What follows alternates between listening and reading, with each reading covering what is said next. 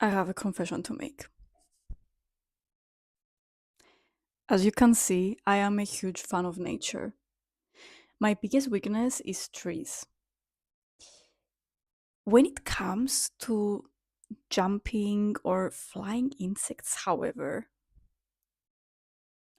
I of course do appreciate them as part of nature, but from a distance. Let them be there away from me.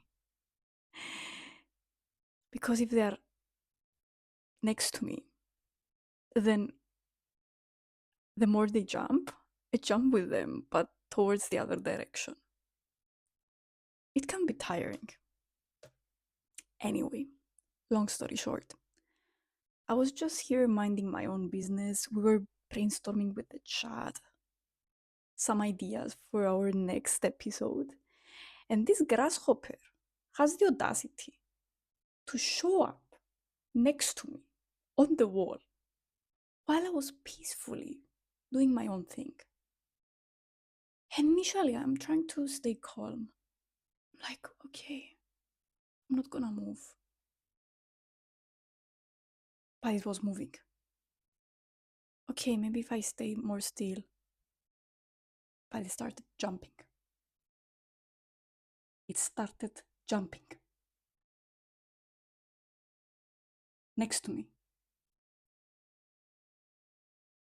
Maybe we had like 20 centimeters distance. No, this cannot happen next to me. No, no. So, a normal person would just calmly, peacefully take the grasshopper and just put it outside the window. But me being me, I had to make things dramatic.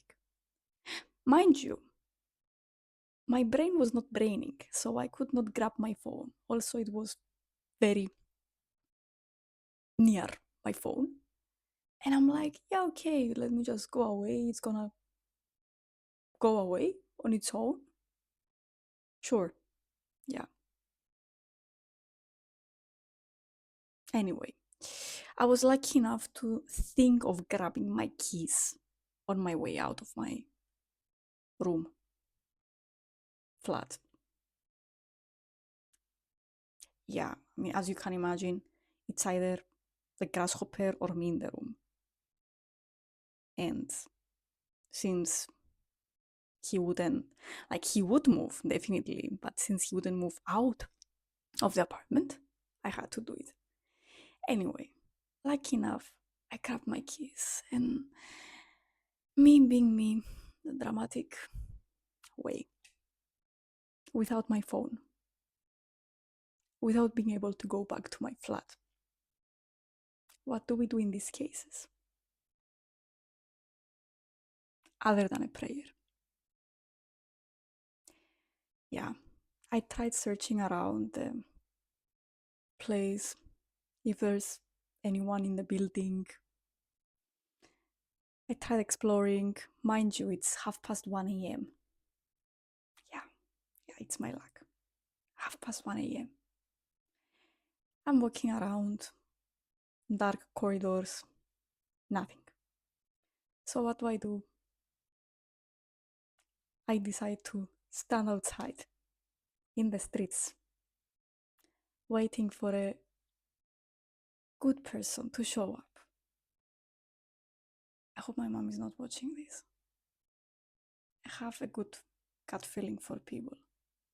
No worries. Sometimes. Anyway, the plan was simple.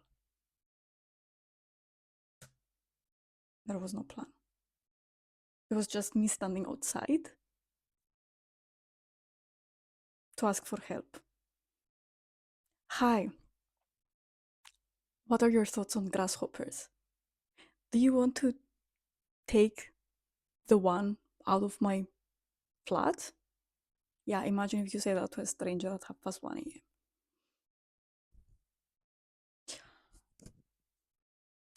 Yeah. Anyway, I was so lucky. I was so lucky There was this wonderful couple. They were taking their garbage out at 1:30 a.m. And I'm like, oh, God bless. Hi, are you afraid of grasshoppers? Anyway, long story short, the guy was so heroic. He managed to take it out, and the girl was so lovely. She was there for emotional support. Poor thing, she's also afraid of grasshoppers.